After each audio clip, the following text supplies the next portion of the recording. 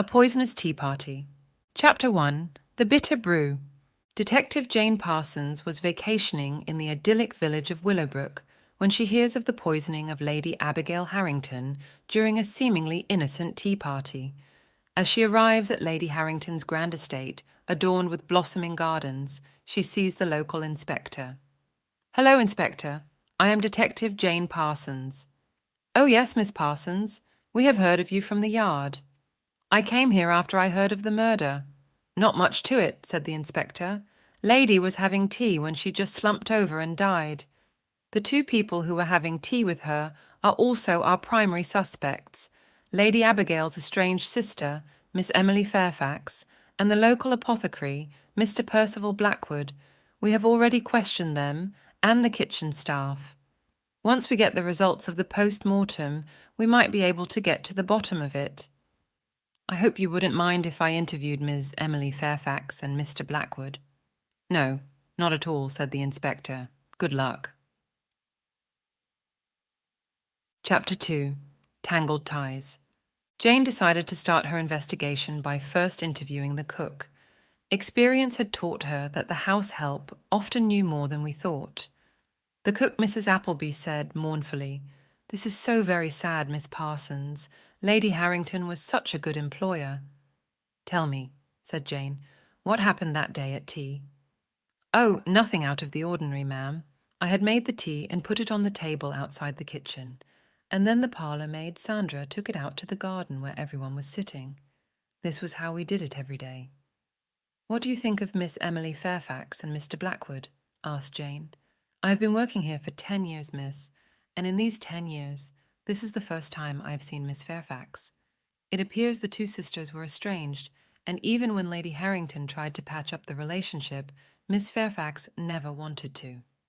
Up until now, Jane thought. "And Mr. Blackwood? What do you think of him?" "Mr. Blackwood is a dear. He had always been Lady Harrington's best friend." Upon interviewing the parlour maid, Jane finds out that Lady Harrington had sent out a letter to be mailed to her sister Emily, and most likely it's after receiving the letter that Miss Fairfax decided to come visit her sister. Jane also found out that the maid didn't notice anything unusual when she brought her tea out to the garden, exactly 5 minutes after the cook had put it on the table outside. Chapter 3. Family Secrets Unveiled. The next morning when Jane went to the estate, she noticed the inspector standing there, talking to a hysteric Emily. "Now, ma'am, please calm down and let the police do its investigation." "What's happened, Inspector?" Jane asked. "A very strange toxin was found in Lady Harrington's tea, and we have taken Mr. Blackwood in custody on suspicion as who else but an apothecary might have access to these toxins and poisons." Jane then goes on to interview Miss Fairfax, who appeared quite calm now. "Miss Fairfax, I believe you and your sister were estranged until just last week when you received a letter from your sister." Emily looked at her wide eyes. "Okay, Miss Parsons, I will tell you the truth. Abigail and I both loved Percival Blackwood, but he only loved Abigail, and when Abigail was finally married to a wealthy merchant, Mr. Edmund Sinclair, which had been orchestrated to secure the family's financial standing, I thought perhaps now Percival would see my love for him, but he still only had love for Abigail. I was married to an artist, but he died of drink soon after, and since then I have been living a meagre life, whereas Abigail was living in the lap of luxury. But I did not kill my sister, Miss Parsons." "And what was the letter about?" asked Jane. "I received a letter from Abigail talking about her health and how much she'd missed me, her only family, all these years, and that she wanted to end this animosity. She talked about having me in her will, and that after making some bequests to the staff, the rest was all to be mine." Amidst the whispers of scandal, Jane begins to suspect that the poisoning may be rooted in the convoluted relationships within the Harrington family. What if Percival Blackwood did poison Lady Harrington after finding out about the will from Emily? Jane felt sure that even today, Emily Fairfax was as much in love with Percival Blackwood as she had been as a young woman. Chapter 4. A Poisoned Inheritance. The poisoned tea, it seems, was not only an attempt on Lady Abigail's life, but a strategic move to manipulate the distribution of the family's wealth. Jane faces a labyrinth of deceit and betrayal as she navigates the treacherous path of inheritance, disputes adding another layer of complexity to the already convoluted case. Jane then finds out from the inspector that Mr. Blackwood is no longer being held under suspicion, and no such toxin was found at his apothecary shop. It was a toxin that belonged to Africa, almost like curare. It was tasteless and did not smell. Death is usually very quick, but this poison cannot be found anywhere in England, and Mr. Blackwood had never left England. Now this, Jane thought, made this investigation even stranger. I must talk to the estate's lawyer and see what are the conditions of the will. Chapter 5. Unmasking the Culprit. In a climactic finale at Willowbrook Manor, Detective Jane Parsons assembled the suspects for a final confrontation. "The murderer," she said, "is Mr. Lawrence Covington, the conniving family lawyer." Emily Fairfax and Mr. Blackwood stared at the lawyer. "Wait, how can you say that, Miss Parsons?" he said a little too shrilly. "There is no point in hiding the truth anymore, Mr. Covington. When I came into your office yesterday, I saw all the taxidermy on the wall and found out that you took many trips to Africa for hunting. Another thing is that you said was that Lady Harrington gave her entire estate to you, as she had not made any request to change the will.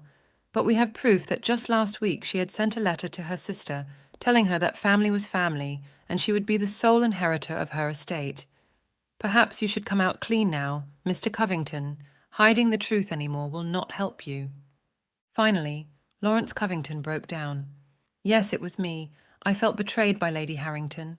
I had been with her every step of the way, through all ups and downs, and when she told me she wanted to remove me from the will and make her sister the sole beneficiary, I knew I had to do something."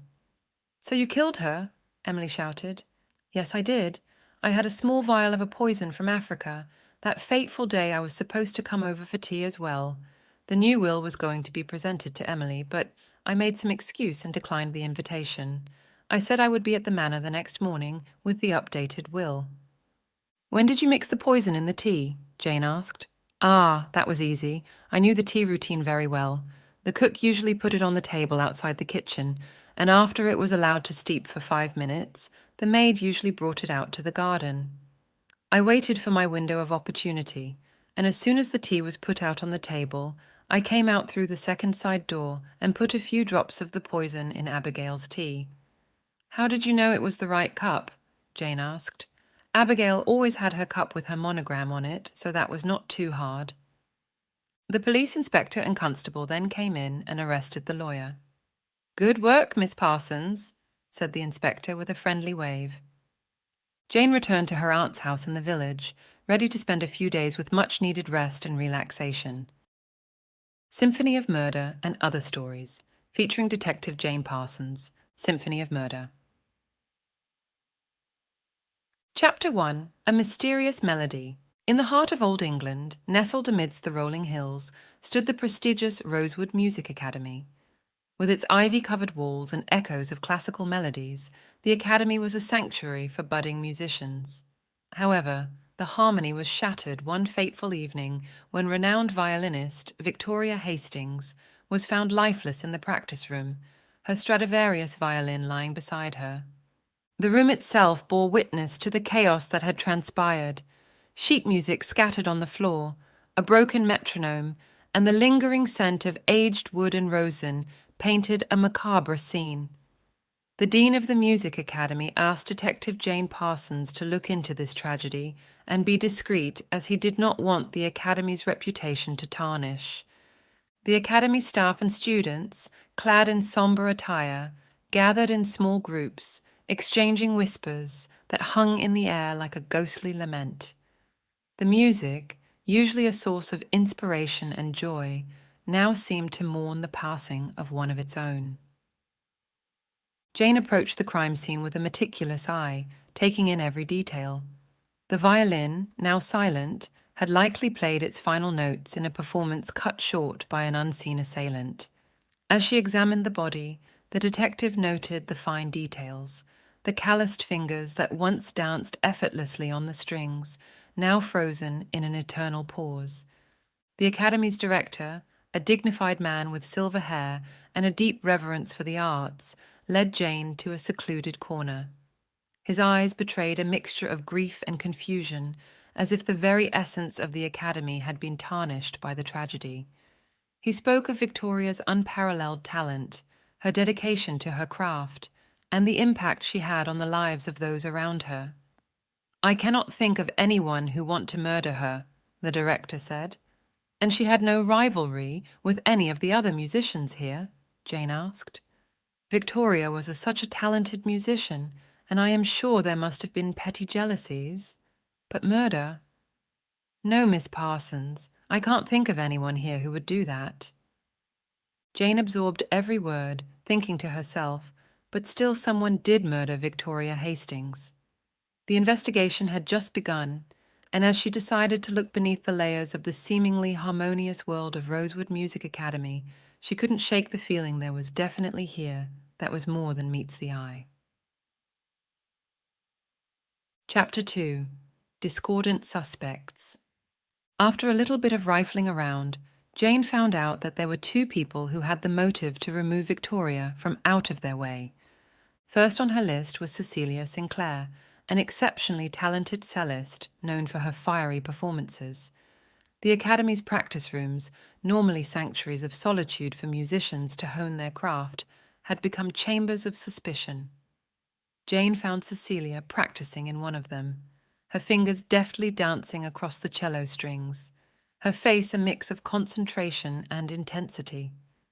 Cecilia's rivalry with Victoria was no secret among the Academy's tight-knit community.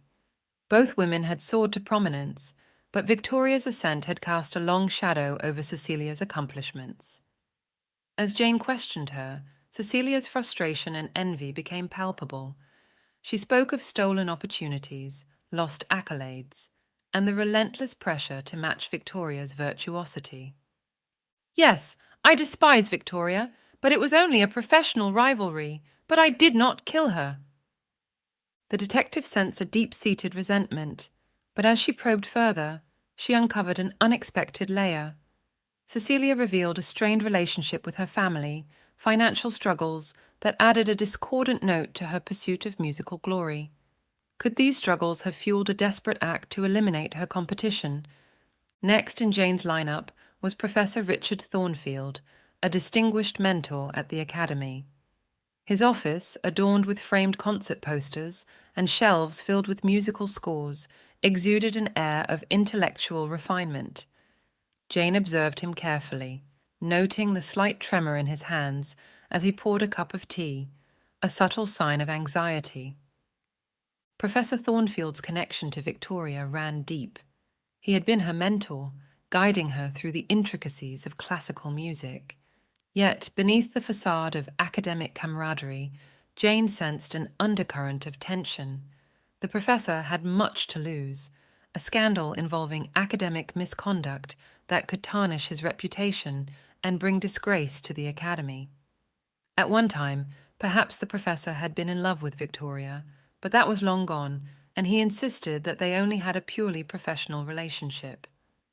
As Jane questioned him further, she discovered the darker undertones of mentorship. Betrayal, jealousy, and an academic rivalry that had spilled over into personal animosity were revealed. It appears that Victoria did not give any credit to her mentor and took all the glory for herself. Jane listened intently. "And where were you that fateful night, Professor?" "I was at my club in Town Square. I had been there from 2 p.m. in the afternoon till 10 p.m. at night, as first there was a bridge game and then drinks and dinner." The next day, Jane checked into the professor's alibi, and there was no doubt he was speaking the truth of his whereabouts. Chapter 3. The Estranged Score. The next day, Jane went back to the Academy when she noticed one of the junior musicians looking at her nervously. Immediately, she realized that this young musician knew something or was hiding something. Jane approached the girl and said, "Hello, if you have something to say, please do." The girl's eyes darted around quickly. She swallowed and said, Miss Parsons, my name is Emily, and I am not sure if this can help you, but one day, as I was walking to Miss Hastings' practice room, I heard loud noises from inside. A man was screaming loudly and saying, "You have got to help me, Victoria, or I'll be a dead man." And then I heard Miss Hastings' voice shrilly say, "You were never any good, Edward. You shall not have a single penny of my money. Now get out of here before I call the police." Jane listened with keen attention. "Thank you, Emily. This definitely gives us another lead in solving this case." Jane walked to the Academy director's office and asked him if he knew of a man called Edward who would be connected to Miss Hastings in some way. "Why, that's her estranged husband. He was a bad lot, gambled away all his inheritance, and never really did anything with his life Victoria had left him some 5 years ago." Edward's arrival added a layer of complexity to the investigation. Jane pondered whether the estranged husband could have orchestrated this tragic crescendo to escape his impending financial ruin. Chapter 4. Unveiling the Overture. As Jane connected the dots, the truth began to unravel like a well-orchestrated overture. The evidence pointed towards Edward Hastings as the orchestrator of Victoria's demise. The estranged husband, desperate to escape his mounting debts and evade the clutches of dangerous creditors, had orchestrated a macabre composition using the Music Academy as a stage for his dark act. Jane confronted Edward with the damning evidence. He had forgotten to wipe the violin after pulling it from under Victoria's chin, and it revealed only 2 handprints, one of Victoria Hastings herself and the other of Edward. "We have solid proof against you, Mr. Hastings." Finally, knowing that he could not escape any more, he admitted to murdering his estranged wife in a fit of passion and rage. "If only she would have not turned me away that day," he said, and held his head in his hands. Chapter 5. Restoring Harmony.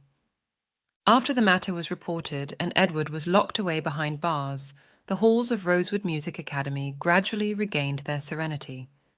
The truth, like a well-played resolution in a musical piece, brought closure to the mournful symphony that had gripped the Academy. For now, Jane bid goodbye to the Academy.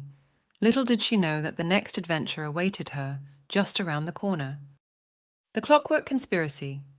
Chapter 1. The Mechanical Murders. Jane Parsons was browsing through the morning newspaper when a young woman by the name of Miss Bennet rang the doorbell. Before Jane could say anything, the young woman burst into tears. Between sobs, she mentioned that her father, Professor Archibald Bennet, had been murdered. After gathering a few more details from Miss Bennet, Jane headed her way to the city. The dense fog that clung to the cobbled streets of industrial Manchester painted an ethereal scene. The towering chimneys belched plumes of smoke into the overcast sky, creating an otherworldly atmosphere that seemed to foretell the sinister events about to unfold. The first crime scene, nestled within the labyrinthine alleys, revealed itself as a gruesome tableau. Professor Bennet, a renowned inventor with a penchant for automatons, lay sprawled amidst the gritty cobblestones. His eyes, once alive with the spark of creativity, now stared into the abyss of the unknown. At the center of the macabre display stood an intricate clockwork device, a mechanical masterpiece that unlike anything Jane had ever seen. The rhythmic ticking of the clockwork apparatus echoed in the air, creating an eerie cadence that underscored the precision with which the crime had been committed. She scrutinized the intricate gears, noting the level of craftsmanship that hinted at a mind well versed in the art of invention. As the coroner meticulously examined the victim's body, Jane began to piece together the puzzle. The city's scientific elite, engaged in a relentless race for progress, now found themselves ensnared in a web of violence. "It appears that he murdered inventors are not mere casualties, they are chosen targets, Miss Parsons," the coroner was saying. "It appears as if London has been gripped in one death after another of a great scientist or inventor, and next to each body we have found this intricate clockwork device, like the one you see now." The detective's gaze lingered on the surroundings as she listened intently, a clutter of half-finished prototypes, blueprints, and discarded machinery. It was a realm where genius and madness walked hand in hand, and as Jane surveyed the chaos, she sensed that the clockwork devices were not just instruments of death, but messages, each one a meticulously crafted statement meant to convey a sinister narrative. Could this be the work of a serial killer? Jane wondered, as the night turned darker. Chapter 2: The Inventors' Rivalry. As Jane delved into the secretive world of Manchester's inventors and scientists, the sprawling maze of factories and workshops revealed a tapestry of ambition, competition, and bitter rivalries. Jane's journey led her to the heart of the industrial district, where the incessant clatter of machinery competed with the rhythmic pulsing of steam engines. The inventors' quarters were a chaotic symphony of progress, and within this cacophony, egos clashed as fiercely as gears grinding against one another. Among the labyrinthine alleys and workshops, Jane encountered inventors vying for recognition in the cutthroat race to outshine their peers. Each workshop, a sanctum of creativity and innovation, bore witness to the fierce desire to leave an indelible mark on the industrial landscape. Jane observed heated disputes over patent rights, whispered conspiracies about groundbreaking inventions, and jealous glances exchanged in the shadow of colossal inventions that promised fame and fortune. Amidst the rivalry, two figures emerged as prime suspects in the mechanical murders. Jasper Thorne, a brilliant engineer with a penchant for steam-powered contraptions, harbored a simmering resentment towards the victims, especially Professor Bennett. When Jane spoke to Mr. Thorne, all he said was, "That fellow will not be missed by anyone here. He was a rude and cruel man, stealing others' blueprints and capitalizing on their work." My own groundbreaking designs had often been overshadowed by him. The next suspect was Eleanor Carrington, an ingenious mathematician known for her precision in clockwork mechanisms, revealed a complex history with the murdered inventors. Her strained relationships, marked by professional jealousy and unresolved personal conflicts, hinted at motives that could propel someone to orchestrate a malevolent vendetta. Jane found herself navigating the intricate alliances and bitter animosities, uncovering a labyrinth of emotions that mirrored the intricate machinery surrounding her. The competition for accolades and the pursuit of groundbreaking inventions had transformed the inventors' community into a pressure cooker of rivalry, where a single misstep could lead to professional oblivion. As Jane delved deeper into the inventors' world, she realized that the clockwork murders were not merely a result of personal animosities, but a reflection of a society driven to extremes by the relentless pursuit of progress. In the dimly lit workshops and steam-filled corridors, the challenge ahead was not only to unmask the killer, but to unravel the intricate connections between the victims and their ambitious contemporaries. Chapter 3: The Clockmaker's Enigma. Jane had picked up a shabby card by Professor Bennett's body and had forgotten about it earlier. She now looked at, and all it read was Kronos. She wondered if Kronos could be the missing link in this investigation. The trail led Jane to an obscure corner of the city, where a nondescript door concealed the entrance to Kronos's workshop. Pushing it open, she entered a world frozen in time. The workshop was a maze of intricately designed clocks, pendulums swinging in hypnotic unison, and gears interlocked in a mesmerizing dance. The walls were adorned with sketches of elaborate mechanisms, each a testament to the clockmaker's unparalleled craftsmanship. As Jane examined the workshop, she couldn't shake the feeling that Kronos was not merely a suspect, but a puppet master, orchestrating the clockwork conspiracy. The intricate devices left at the crime scenes were not only instruments of death, but also coded messages, each telling a tale of vengeance and retribution. Jane discovered a network of like-minded individuals who shared a vision of progress that transcended the bounds of morality.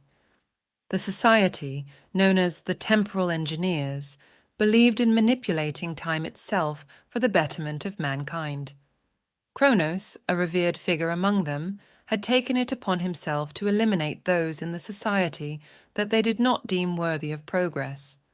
Jane's inquiries unearthed a trove of ancient texts on horology and alchemy, revealing the society's fascination with the concept of controlling time. The clockmaker's motives became clearer, rooted in a twisted sense of morality and a belief that he alone held the key to unlocking the true potential of the city. As Jane delved into the labyrinth of Kronos' motivations, she stumbled upon a hidden chamber within the workshop. The room contained a colossal clockwork device, its purpose shrouded in mystery. She realized that the impending catastrophe hinted at by the coded messages was intricately linked to this imposing creation. The intricate gears and levers suggested a design of cataclysmic proportions, threatening to disrupt the very fabric of time. With the revelation of Kronos' grand design, Jane understood that the clockmaker was not just a vigilante seeking justice, but a mad genius poised to unleash chaos upon the unsuspecting city. Chapter 4. The Steampunk Cipher. Jane Parsons, armed with the knowledge of Kronos' malevolent intentions, sought the expertise of Professor Evelyn Thornton, a brilliant cryptographer with a penchant for decoding intricate puzzles. The professor's office, nestled within the hallowed halls of the Manchester Cryptography Society, emanated an air of scholarly curiosity. Jane laid out the intricate clockwork devices before Professor Thornton, and the two women delved into the steampunk-inspired cipher that concealed the clockmaker's twisted motives. The coded messages, etched with precision on the gears and springs, unfolded a narrative of vengeance, progress, and a perilous invention set to unleash chaos upon the city. As the clock ticked down to the fateful date, the detective uncovered the true nature of the colossal clockwork device hidden within Kronos' workshop. It was a temporal disruptor, a creation capable of altering the flow of time within a localized radius. The implications of such a device were staggering, and Jane realized that the impending catastrophe was not just a threat to the city, but a perilous experiment that could spiral out of control. With the aid of Professor Thornton, Jane deciphered the final message, revealing the location of Kronos' whereabouts. When Jane reaches at the location, she sees Professor Eleanor Carrington seated behind a desk in a remote cottage. "Yes, Jane, I knew you would find me sooner or later. I am Kronos, and I killed all those people, including Professor Bennett." Jane was stunned to hear this revelation. "Why did you kill them?" she asked. "For reasons you will never understand, my girl. I have informed the police, and they shall be coming here any moment now to arrest me. I have no regrets. I did what I had to do." And with that, Jane saw the police come and take Professor Eleanor away.